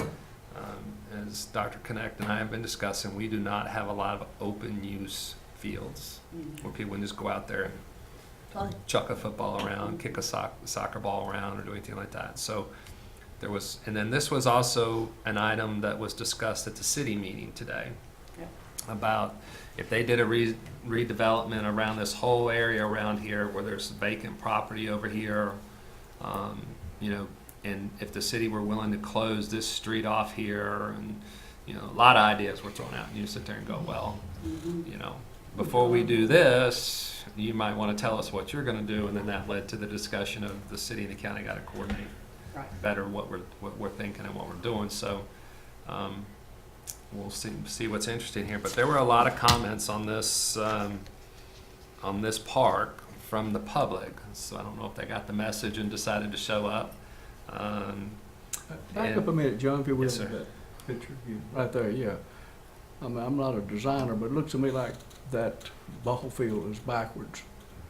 This ball field is backwards? Yeah, you're hitting into the other field. Yes, sir. Well, that's the way it's set up right now. Yeah. Instead of the houses going Yeah, over. that's right. So, Houses, you yeah, said. so Well, that's why we talked Actually, about what- maybe not a baseball field there. that's what Well, I mean, people you could are turn it thinking around and about. make it work, but We don't need baseball fields there. We've got baseball fields in a lot of other A lot of places. places. softball fields. Yeah, and we're not playing adult softball league there anymore. Matter of fact, those fields are not being used at all. This is 7th and Lackawanna Street. Yes, sir. Mhm. Where's the parking? Well, that's That's another. the first comment that That's comes up here on the another next thing. sheet is there's, Yeah. Yeah, so we're adding parking over here, But- and then there's still parking over here on the street. You took out the parking, there was a little parking area here, we Right. take that out for the basketball courts. Right. So yes, there needs to be more parking here. This park is tight. It's difficult to do anything with. That's why the city was bringing up today, well, if you need more parking, Just close that street. let's see if, close this street, and let's see if we can get this piece of property over here, which is vacant. So I said, well, you know, if you guys want the Well, property. but also, one of the things that the mayor pointed out, and he's right, is that there's probably 400 or 500 children within walking distance of that park. Yeah. You know, so if let's just, for argument's sake, you know, if you take the baseball field off and put, you know, a couple more basketball courts, some more playground equipment, if you would add bleachers, you know, on one or both sides of the multi-purpose rectangular field, you know, you could create a little bit more parking, but you would also, you know, have a park that people would just walk to, you know, and take their kids to. And it wouldn't necessarily be an event Yeah. park. Yes, this is the open space park, Mhm. and this is a shelter area with bathrooms, Mhm. which is lacking out there right now. Yes. If you don't create additional significant parking, You got a problem. you're Yeah. gonna have a Sure. problem. Oh, sure. I don't disagree. Are those other fields are soccer fields, John, or what are they? Yes, sir, they're just small, open use fields, and you Well, could, you know, And the other concern is gonna be the traffic around that Mhm. particular area. As you just mentioned, the walking distance, well, you make it more attractive and more usable, then That's you're gonna have more walking traffic. That's true. So there's a lot of safety concerns. sidewalks, that kind of Yeah. thing. Right. Mhm. So, and those were the comments that were made. There was not enough parking. And then somebody came from one of the football leagues that's playing, and obviously they have issues with fields as well. And we're talking about, you know, could we get a football field that's wide enough to play football games, practice games? And then the basketball courts, the folks like the basketball courts. This is an area where they were concerned about security and wanting to add additional bleachers. OT Sloan, which is, you know, this picture doesn't do it justice, but this was the one that where there was a lot of ideas and not a lot of money. So I like to say that. So right here was, we've been talking with the Sanford, I can't remember the name of the soccer club. Sanford Area Soccer League. Pardon? Sassel. No, not, we haven't been talking with Sassel about this one. This is Tim Blodgett's group. But that was a space, this is, just so everybody knows, this is where the new State Employees Credit Union is going. Right. This is our new road that's going in that they're building, the State Employees Credit Union is building to right there. So we have to take the road and extend it in. We were going to move 3 of the tennis courts from right here and put them over there, and then create parking. This is all parking to serve the tennis courts, the dog park, which is right here, the proposed multi-use facility where eventually we want to move gymnastics to, and so that would be the upper area. Tennis courts, the soccer stadium, and could be any stadium. I said soccer, but once again, you can play soccer on it, you can play football on it. So then the new road would cut down. We're going to eliminate, there was an entrance here, a dirt road entrance, which has been dangerous. There have been a couple of accidents there that have been pretty bad, and it's a sightline issue, so we eliminate Bragg that. Street, John. Yes, sir. Yeah. We eliminate that, and we end up with the two entrances, one at the light and one down here where the pool entrance is, with all that parking. Still some discussion about whether, once again, whether we need this baseball diamond here. There's discussion with the architect about making that, again, a multi-use field where practice football or practice soccer, some open space here, and then there was a lot of discussion about what to do with the pool. So they had some good ideas. There's a system to, we had talked about roofing the pool. There's a new system out where it's basically modular sections and it pieces together, kind of folds back in and folds out. And it's, maybe something that we look at in the future. But once again, this is the tennis and the football folks showed up to talk about this one, and the pickleball folks. Once again, questions about football, questions about the pickleball, and if we had 6 courts, you could put 12 pickleball courts there, and you could hold a tournament. So the Pickleball Association was wanting us to think about that. And it's just adding lines. I mean, down at Riceville Beach, you just put the lines on the tennis court, and you just put it in a different color, and it's like volleyball and basketball on our gym. So. Wanted a walking path, running path through the park. Does That park the is large surface enough. change? Sorry, does the surface change in the tennis court? No. Explain this pickleball to me. I'm familiar with It's baseball. like tennis, but you don't have to run. That's playing singles. Got to be quick. It's played with a paddle, It's like and it's a big wiffle ball. ping It's pong basically paddle. a wiffle ball. It's an Yeah. oversized ping pong paddle Yeah. and a wiffle ball, and you have a net. It's about half the size. It's got some interesting Right. rules about serving. You have to serve underhand, and So you have to let the ball bounce. You have to do some other stuff. You play it on a tennis court.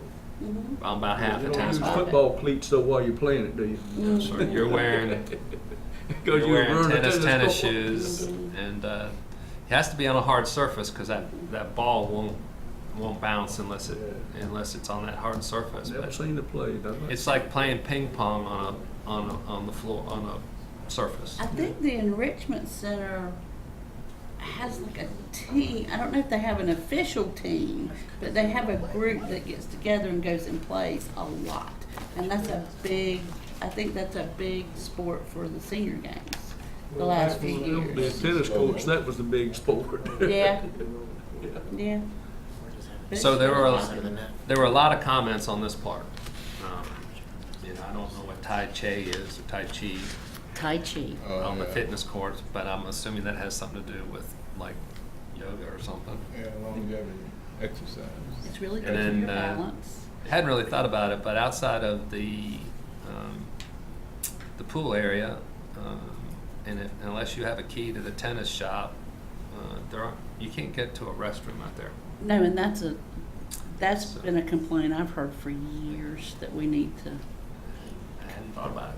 because people that, we rent that shelter Mm-hmm. there for family events and stuff, and that becomes a problem. And still have the plan still had, you can't see it very well on that picture, but it still had the Frisbee course going through there as well. So Okay. very busy park, a lot Yes. going on.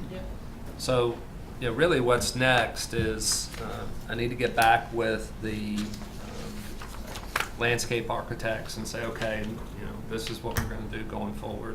And what we're proposing is that we tell them that we like certain elements in here, and we want them to go ahead and give us basically a menu of things we can pick and choose from, and the cost of things, estimated costs, which they've already started working on I'm not sure if they'll be ready to come back to us at the August meeting, but they'll be back at September at the latest to talk about cost estimates. And while we're talking about Parks and Rec, I'll just tell you that the talk about the soccer stadium has led the Sassel people to start coming forward and talking to us about their inadequate amount of soccer fields. So I would imagine you're going to hear a lot more about soccer fields. So from folks going forward. Do you have any idea why over at the fairgrounds, Yes, sir. that upper level seems to remain open but not used? Do you have any idea what it is? No, sir. Well, the explanation I've gotten is just, like when they have the fair come in, that's sort of where all the equipment gets parked and they stage. And then when we have Relay for Life in May, we have a lot on that upper field is where we do things. And they've had some other benefits and that kind of thing. And because it's there with that track and near the restrooms and everything, they tend to use that upper part a lot. One of the things that I'd like to find out from this group or from staff, I think at some point we've got to have some numbers to work with in terms of usage, participation.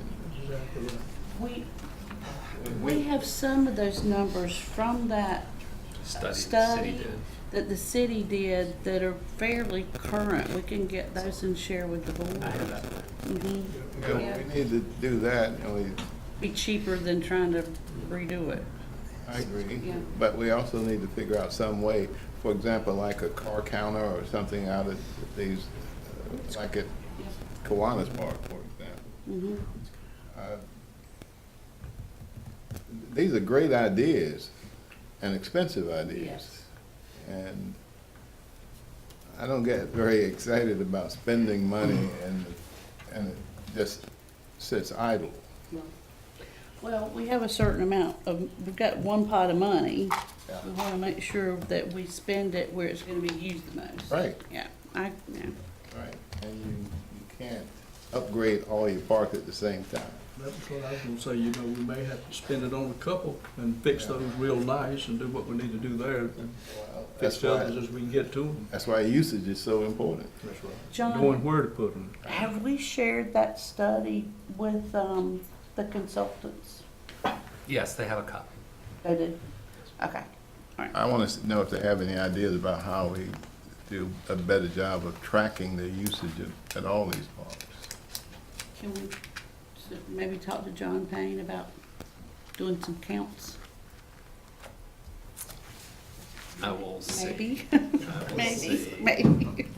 Well, there's usually Counting Parks and Rec is- for counting is vehicles sitting difficult. at most Maybe of some them. volunteers The, that would. the problem with just like putting a strip out for cars going in and out is we get a lot of people that just go in and turn around. Sure. Or just go in there to have lunch sitting in their car. If you go down to OT Sloan, there are a bunch of people in the pool parking lot just having lunch, never got out of their car. Yeah. So, But just being out there yeah, so is refreshing. yes, it is. So I need to think about that one. Okay. Well, I was gonna ask, of course, John's aware of this, and I don't know if any of y'all are. Did you receive the call, but I've received calls, and I've talked to John about the fact that we got some neighbors over at the OT Sloan Park that complain about people coming across. The cutting foot across the traffic, yard. yeah. Foot traffic. And Yeah, that's they what go one through person the yards mentioned. instead of They said, using "We're the gonna fix sidewalk." it." Yeah. We priced the fence for that once already. Yeah, I've got that same call. No, It's expensive. that's really expensive. Okay, any more questions or comments on the park plan?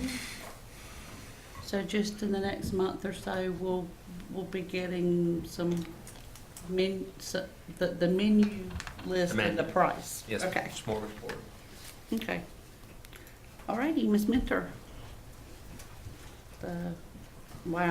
June finance report. I just feel like we just did January. Me too. And especially when you brought up that we'd be starting budget again in just a few months. I'm sorry. I was like, I apologize for bringing that up this afternoon. That's okay. I don't think that one meeting points today. No, you didn't. You almost got thrown out of the room. I know. I could feel the. I don't know. So before you have, let me make sure you understand, this is the preliminary report for June. We are still in the process of booking accounts receivable and payables, so these are not the final numbers for June. I expect it to improve quite a bit, but you do have before you the month of June's report. Currently, we're at 99.73% of the ad valorem taxes collected. This includes motor vehicles. We still have one more month of motor vehicles to book. It is sitting on my desk, trying to get that in. We have 2 more months of sales tax to book beyond what's in these numbers.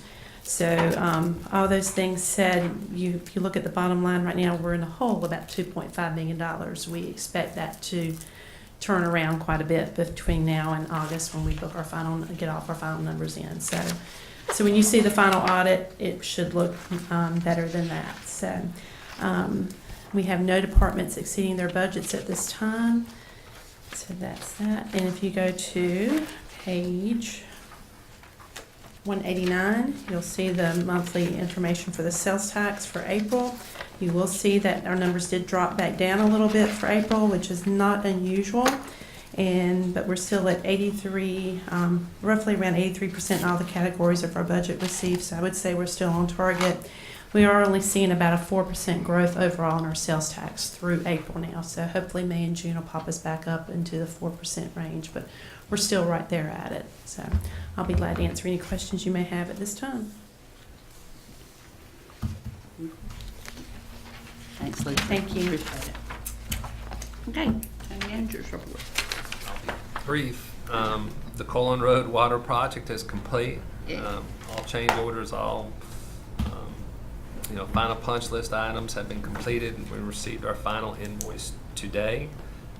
The final invoice received, we had a change order that decreased the price of the contract, so we will be coming in under the $350,000 budget. So pretty excited about that. It was kind of touch and go. City. You really did a good job on that. Yes. Well, Among other things, but you really did a good job on that because we Well, it was complicated. and precious. I have to thank the staff for helping me on that one. Keeping me sane going through this process. Jennifer's knowledge of water and sewer was a big help. Valuable. So thank her for all her help on this one. That's why you hire good people. That's exactly right. Amen. So we should be closing this project out by the end of the month and be done financially and everything. Courthouse renovations, I'm working with Mosley Architects. I hope to present a draft plan to you all at the August meeting. And we'll be discussing some things with y'all between now and then. The land use plan was discussed today quite a bit. I had some things in here probably that aren't really correct, but the Joint Planning Commission is meeting this week, Thursday night, and hoping, Marshall's hoping to have a recommendation come from them where both boards would meet on the plan in August and hopefully take a vote in September on approving the plan. And then from there, we would take the plan and immediately move into trying to change the Unified Development Ordinance, which could still, he told us today, he anticipated 2 years to get everything done. So I think it may take them 2 years for their part. I don't think it's going to take us that long. So we'll see. Let me interrupt 1 second, if you don't mind, Madam Chair, to mention something to Mr. Downey. When we talked about, it's been a couple of years, I think, when we talked about yard sales and people putting out their little notices about where the yard sales are going to be held, on the utility pole and all that kind of stuff, I distinctly remember mentioning that when they stay up longer than the weekend, that somebody needs to follow up. And I think that's only fair because when they blow down, they blow in your yard or somebody else's yard. Litter. That's exactly right. Yes, sir. There you go, now. So, do you have anybody when you see them up, like I saw one on the way to the meeting that was still up from the weekend? Yes and no. We have one staff member That who covers all the bases. Yes, that's right. Good answer, right? So we have one staff member who is basically assigned to zoning enforcement, and to be honest with you, we only do it on a proactive basis about once a week. We try to do a sign sweep on Fridays because the rest of the time he's wrapped up issuing permits and just dealing with citizens and things like that. We really don't have kind of a full-time staff for that. So, I mean, quite candidly, it's a manpower issue. Right. Like the one that we're gonna have with the other sign. Yes, exactly. So, you know, we know that kind of going into, I think when we talked about the update with design regs, we know it's kind of we're testing the waters on this and we may be having to come back to you on some of these things. I'm gonna help you out. When I see him, I'm gonna call your office. That's fine. Be glad to look it up. That's what we do most of the time. Anyway. All right. That's fair enough. We're still working on the agreements with Broadway Baseball, but we're trying to cover more than just Broadway Baseball on this. So still working with Whitney on developing that. We should have that ready for the August meeting. And then we wanted to remind you that we don't meet again until August 20th. But please put on your schedules the September 12th Saga annual meeting. And if you want to go, you need to go ahead and tell Jennifer because they're running out of places to put you all. So that needs to be a quick decision to get on that. Why do we keep having it at that private setting? It's gonna be changed after this year. The Saga meeting? Make sure that's I know. make sure that's passed on. Yeah, Yes, sir. I'm telling you, it'll probably happen. Make sure that's passed on. That's my report, Madam Chair. Okay. All right. Commissioners' comments. Commissioner Dodson? It's appreciate everybody coming tonight, and very good job on the presentations tonight from all firms. Thank you. I hope everyone had a great 4th of July. That's all I have. Thank you. You gonna pass? Well, I'd be remiss if I didn't mention that yesterday Lee County lost a pillar in our community, Mr. Oscar Keller, a true Southern gentleman. And I can tell you, he worked tirelessly to promote Lee County in many ways. And he will be missed. On the trash issue, things are looking up. Good job, Russ. I saw our crew out doing a good job, and I tell you, I think if we can just stop folks from throwing it out the window, you're gonna see a big improvement in the county and the way the roads look when you're riding down the road. Talk to the automobile dealership. One other thing I want to mention, I don't think a lot of people are aware of it, but the DOT still picks up dead animals on the shoulder of the road. So, you know, if someone runs over a deer in front of your house or down, call the DOT. They'll come out and pick it up because a lot of times they lay there and smell pretty high when you drive by. Maybe that's something we ought to put on the website.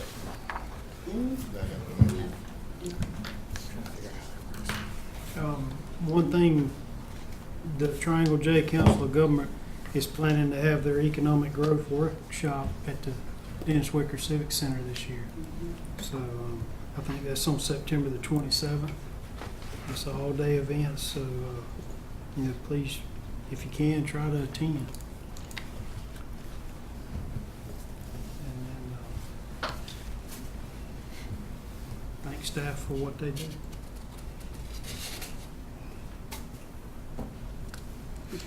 I'll just tag on my condolences for the Keller family as well as the McNeil family.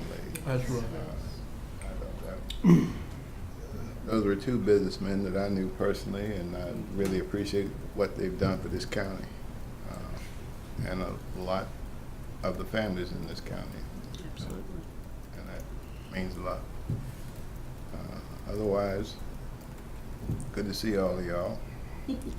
I won't miss you for the next 30 days. I'm gonna call you tomorrow. Look at that. No, thank you, Madam Chair. Okay. In front of you, I brought some souvenirs back for everybody to look at. When you have some time, you'll see the One NACO booklet in front of you, and that's the NACO's annual report, which has got some interesting information.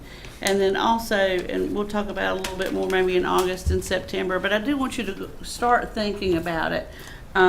You'll see the legislative goals process, and it's hard to believe that we'll have a legislative goals conference again coming up in the winter. So there is a process, and it's that separate sheet of paper that's in front of you with the arrows and the map. Last year, our Legislative Goals Committee for the state, and I think it may say on there, I've got so much in my head right now from last week and preparing for tonight and the meeting today.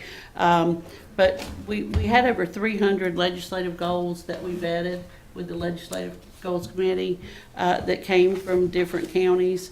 And, you know, we typically try to pick 10 or 15 to really try to get through the legislature. And about 80% of them, year in, year out, are successful in some way, shape, or form. So just a reminder that, you know, that's not generated by association staff in Raleigh. That is supposed to come from the counties. So we need to take that seriously. We've got you know, we joke a lot. Other counties in the state call us the trailblazers or the groundbreakers because it seems like everything starts in Lee County. So,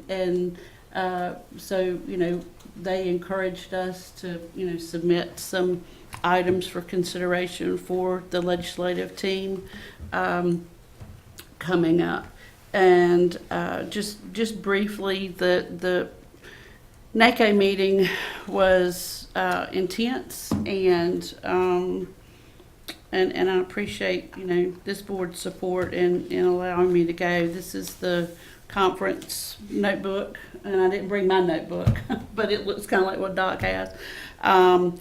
But we had a lot of discussions on the opioid epidemic, affordable housing, a lot on poverty, and our two keynote speakers, Eddie George, who played some football back in the day and gave a great motivational speech, and then Dr. Edelman, who is the founder of the Children's Defense Fund. She was our final speaker for the conference, and challenged all of us to remember that children are not members of a political party or you know, anything of that nature, that it is incumbent upon all of us as county elected officials to make sure that we put children first in our community. But it just, a lot of information. I told Jennifer I actually had to ship back my notebook and my notes because I couldn't carry it, make the weight for the suitcase. A lot of stuff going on in the nation right now, and a lot of navigating what's happening on the federal level, and just a lot of good discussion on that. And I was really proud of North Carolina because we had Ray Jeffers from Person County that was running for second vice president. He did not win, unfortunately, but he took it to the third round of voting. So it was really exciting to see 3,000 people fight over who was going to be our next second vice president. So there was some deal making going on, but Judge Gary Moore, they're called judges in Kentucky, but Judge Gary Moore from Kentucky is our new second vice president. And, you know, I got the handshake agreement that he was going to do all he could to help North Carolina, so we'll see how that goes. But North Carolina had 180 delegates, which was the most of any state. The closest state to North Carolina was Texas with 80. So we really do show up, and we have 4 of our commissioners from our state chair national committees. So just really, really good conference. I encourage y'all to go next year. It's in Vegas. just to share information. I kind of like Nashville, but yeah, learned a lot. You know, if you have any questions or want to discuss any of what was on the agenda, let me know. Just make a quick note, though, especially with what we're tasked with and the two presentations tonight. If you have access to Netflix or know somebody that does, go on Netflix and watch the documentary. It's Heroin, H-E-R-I-O-N, and then E in parentheses. It's a documentary about 3 people that are fighting the opioid epidemic, and they're public servants. And I just really encourage y'all to watch that. That we watched that. That was a special thing we had on Thursday, and watched the movie and then had discussion on it. And it's eye-opening if you haven't seen it already. So that would be some motivation, I think, maybe as we make the decision about the litigation situation. All right. Need a motion? I got a motion. Okay. That we adjourn. Okay. All those in favor say aye. Aye. Opposed? Thank you very much. It's on net.